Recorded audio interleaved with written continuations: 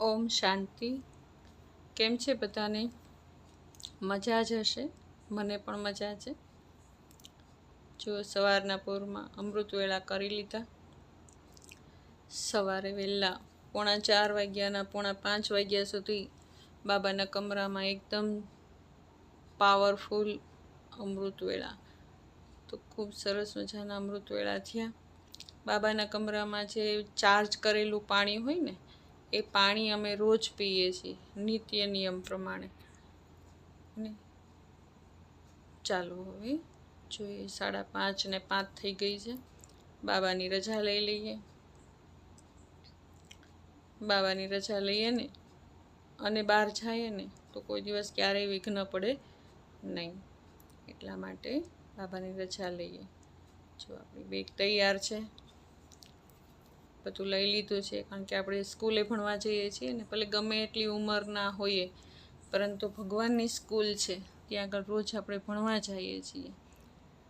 એટલા માટે નિત્ય નિયમ પ્રમાણે આપણું કિટ બેગ સાથે લઈને જ જવાનું. ત્યાં આગળ જે કાંઈ ભણીએ એ આપણે નોટબુકમાં ટીક કરવાનું. જો બહાર એકદમ અંધારું છે, બધું બારણા સરખી રીતે બંધ કરી નીકળીએ. કારણ કે અત્યારે બધા સૂતા છે, હજી ઘરમાં કોઈ જાગતા નથી. હું આવીશ પાછી ત્યારે બધા ઉઠી ગયા હશે, પોતપોતાના નિત્ય નિયમ પ્રમાણે બધા કાર્ય કરવા લાગ્યા છે. તો અત્યારે હજી કોઈ જાગ્યા નથી. જો આખી શેરી પણ ખાલી છે ને. ઘરે આવીને તો દિવસ ઉગી ગયા. જો કેટલા પંખીઓના ચલચલાહટ શરૂ થઈ ગઈ છે. કેવું સરસ મજાનું વાતાવરણ છે. ઘરની ઉપર ચકલી બેઠી છે. કંઈક અજીબ પ્રકારની જ છે, અજીબ પ્રકારનો જ કંઈક કલર છે ચકલીનો. કેટલી સરસ લીલોતરી છે, એકદમ લીલું છાવ. અત્યારે આવા નજારા જોવાની તો એટલી મજા આવે ને, સવારના તો. ઘરે આવી તો દીવાબત્તી કરતી હતી. એ પણ રોજના નીતિ નિયમ પ્રમાણે રોજ દીવાબત્તી કરી, કાયમ નાહી ધોઈ અને સ્વચ્છ થઈ ઘરમાં થોડું એકદમ વ્યવસ્થિત કરી અને દીવાબત્તીના નિયમ પ્રમાણે રોજ દીવાબત્તી કરે.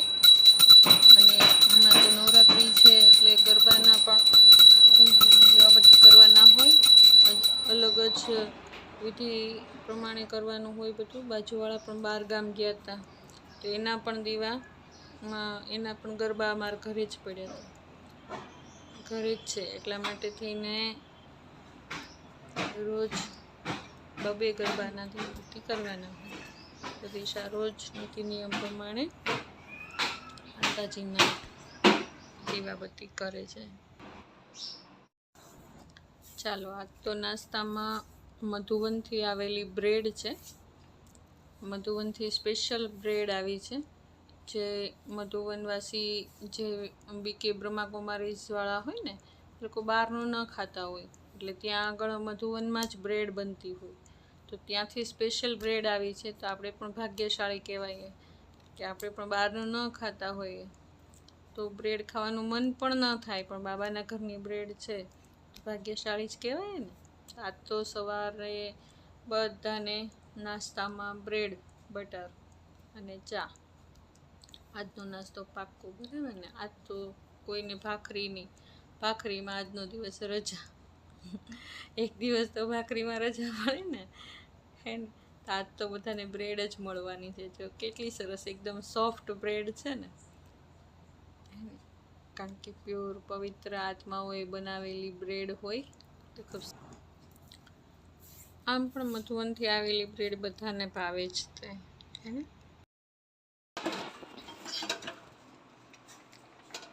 ઓમ શાંતિ દીકરા. ઓમ શાંતિ. શું બનાવે છે? નાની હાટુ નાસ્તો બનાવું છું. શું બનાવ્યું આ ધાનો માટે? એને પૌવા, સફરજન ને ખજૂર ત્રણે મિક્સ કરીને બનાવ્યું. એ કેવી રીતે બનાવવાનું? પહેલા પાણીને ગરમ કરવાનું, એની અંદર પૌવા નાખવાના, એની અંદર ખજૂર ને એની અંદર સફરજન. તો તેલ કેવું કંઈ આવે કે નહીં? ઘી આવે. ઘી આવે ને? તો પેલા ઘી અંદર નાખી દેવાનું, પાણી નહીં? હા. ખાંડ કેવું પછી નહીં નાખવાનું ને? ખજૂર આવે ને એટલે ખાંડ ન આવે. સરસ, તાકાતવાળો નાસ્તો હે ને. હા. સરસ. ધાનુબેન ઉઠી ગયા છે. ધાનુબેનની સાથે થોડીક મસ્તી કરી લઈએ. બસ આ ધાનો જ હવે તો સથવારો છે મારે. ધાનો છે તો એની સાથે મારો સમય જતો રહે. ચાલો, રસોડું એકદમ ક્લીન થઈ ગયું છે, આપણા માટે તૈયાર છે. બાબાનો ભોગ ધરાવીએ. 10:30 થઈ ગયા છે, 10:15 10:30 થઈ ગયા છે. ધીમે ધીમે ધીમે ભોગની શરૂઆત કરીએ તો 11:30 જેવું થઈ જાય. ચાલો, સરસ મજાની રસોઈ શરૂ થઈ ગઈ છે. હવે પ્યારથી એને એક મોબાઈલમાં બાબાના ગીત શરૂ કરી દઈશું. દિલથી બાબાને ભોગ ધરશું. આ તો દૂધી દાળનું શાક કરવાનું છે. ભોગનું ખૂબ મહત્ત્વ છે. ભોગ બનાવવાથી અને ધરવાથી એટલી શક્તિ મળે છે. બાબાની દ્રષ્ટિની પવિત્રતાની અસર આપણા ઉપર પડે છે, આપણા જીવન ઉપર પડે છે. જે ખાય છે એના ઉપર પણ પડે છે અને જે ખવડાવે છે એના ઉપર પણ પડે છે. અને ભોગનું ખૂબ મહત્ત્વ છે.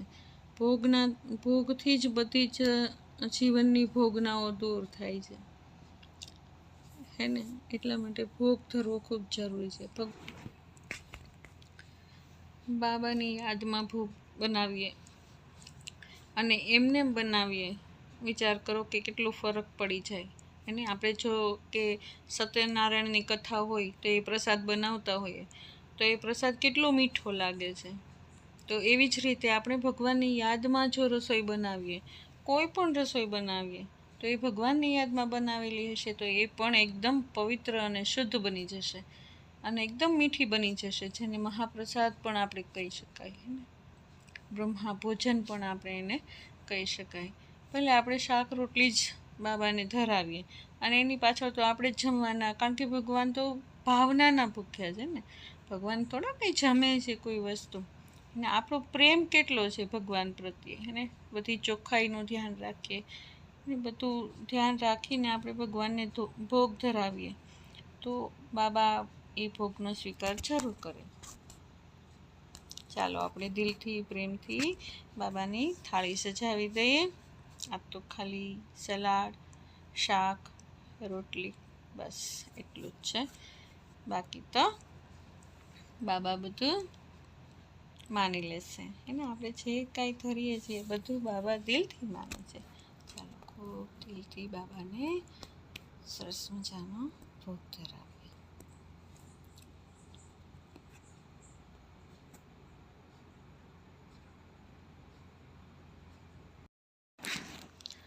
ચાલો, હવે થોડુંક ઘરનું કામ કરી લઈએ આપણે. એને કપડાં સંકેલીને એકદમ સરસ ઘડી પાડી દઈએ.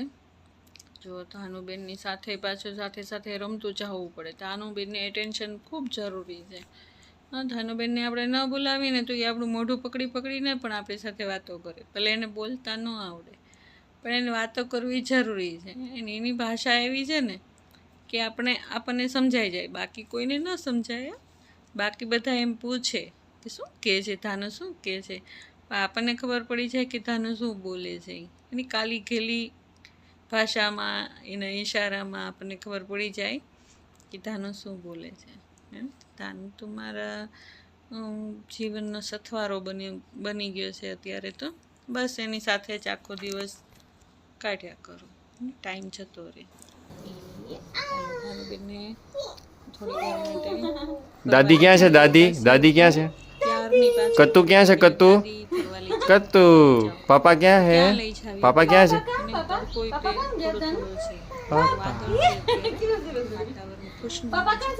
પરંતુ બહાર તો અત્યારે ક્યાંય જવાયું છે નહીં, તો અગાસી ઉપર જ એટલી મજા આવે ને. સામે જેના નાના એને જોઈને એટલી ખુશ થાય. અગાસી ઉપર એને બહુ મજા આવે. નાના એની જેવડા એને જોઈને તો એટલી ખુશ થાય ને. એને જોઈને આપણને ખુશી થાય ને. આપણો પણ ટાઈમ જતો રહે બાળકોની સાથે, એને આપણું પણ બાળપણ યાદ આવી જાય. ધાનુબેનને એક જણ તો સાથે જોઈએ જ તે. ચાલો, હવે ધાનુબેનને સુવાનો ટાઈમ થઈ ગયો. ધાનુબેન ઉઠી ગયા. હવે ખેપાની સારું. હવે જુઓ ને વળ ખાતા ખાતા બેન ધીમે ધીમે ધીમે ઊભા થાય છે. ત્યાં તો ગાય આવી બહાર, અવાજ આવ્યો એટલે બેન ઊભા થઈને ગાયને રોટલી દેવા ગયા. ત્યાંનું બેનને તો પશુ પ્રાણીઓ તો એટલા બધા વાલા છે ને, જ્યાં સુધી ગરવામાં રોટલી હોય ને ત્યાં સુધી ગાયને ને કૂતરાને ખવડાવ્યા જ કરશે. અને એ પણ સારા સંસ્કાર છે ને, એને જોઈને તો ગાય અને કૂતરા આવે છે આંગણામાં. અને ગાયને ખાવાનું કહીએ ને, ગાયને દેવાનું કહીએ ને એટલે એ ગાયમાંથી પણ એ બટકું કરીને પોતે ખાશે. અમસ્ત આપણે દઈશું ને તો નહીં ખાય, પણ જ્યારે ગાયને દેવાનું કહીએ ને ત્યારે પોતે ખાઈ જાય. જોયું? ચાલો સેન્ટરે જવાનો સમય થઈ ગયો છે. પહોંચી જઈએ સેન્ટરે યોગમાં. આજે 8 કલાક યોગનો દિવસ હતો કે સવારના 7 વાગ્યાથી 11 વાગ્યા સુધી અને બપોરે 4 વાગ્યાથી 8 વાગ્યા સુધી. તો હું સાંજે ગઈ હતી કારણ કે હમણાં કામ ચાલે છે ઉપર હતી, તો એટલો બધો ટાઈમ નથી રહેતો અને ધ્યાનોને પણ સાચવવી પડે છે. એ પણ એક જવાબદારીનું કામ છે, તો સાચવવી પડે એવું થાય છે. એટલે ગઈ હતી, પણ એટલો બધો જેટલો ટાઈમ હતો એટલો ટાઈમ નહોતી ગઈ, પણ થોડો ટાઈમ ગઈ હતી. પણ ગઈ હતી જરૂર, કારણ કે ઘરે હોય ને તો એ મન સેન્ટરમાં હોય કે આ કામ કરવાનું બાકી છે, એટલે એકદમ આપણું મન ત્યાં આગળ જવા માટે લલચાય. તો હું જઈને આવી. મારે શાકભાજી લેવાનું હતું, તો જુઓ હું શાકભાજી લઉં છું અત્યારે. શાકભાજી પણ ઘણું બધું મોંઘું થઈ ગયું છે. જો એક વખત ભાવ જાણે ચડે ને તો ઉતરે જ નહીં, હે ને? પણ શું થાય, હોય એ લોકોનું એ જીવન છે ને, આમાં જેનું જીવન નિર્વાહ છે, તો આપણે પણ એમને સપોર્ટ કરવો જોઈએ. અરસપરસ છે ને, તો થોડું થોડું શાક અહીંયાથી લઈ લઈએ. બાકી તો માર્કેટે જશું કાલે, તો ત્યાંથી લેશું. અત્યારે જરૂરિયાત પૂરતું થોડું થોડું લઈ લઈએ.